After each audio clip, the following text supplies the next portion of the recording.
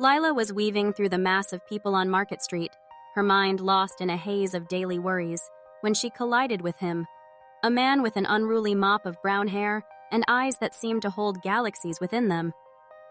Evan, as he would later introduce himself, looked at her with an intensity that made her heart stutter.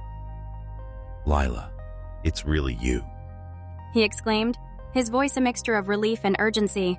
She stared, bewildered. We've been married for years.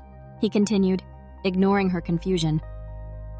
And now, you need to help me save our future.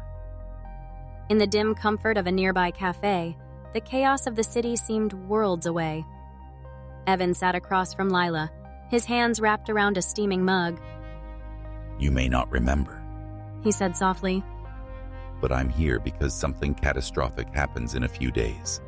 We have to stop it together. Lila frowned, skepticism clouding her features. Why me?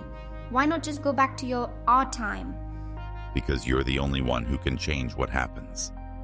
He replied, desperation edging his words. Lila walked beside Evan, the rain drumming a steady beat on her umbrella. He pointed to a towering skyscraper, its top lost in the clouds. It starts here, he explained. An experiment goes wrong.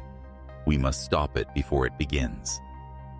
This sounds insane, Lila muttered, but there was a strange familiarity in the way Evan described things, a tug at the edges of her memory. They spent hours in the library, poring over old schematics and documents. Lila felt a growing sense of déjà vu with each page. I know this, she whispered, tracing her fingers over the plans of a mysterious device. Evan watched her, hope flickering in his eyes. You were the architect of this, he said. Now you see why you're crucial. Lila and Evan stood on the rooftop of the skyscraper, the city sprawling below them. The device was set, ready to avert the impending disaster. Are you ready? Evan asked, his voice steady despite the stakes.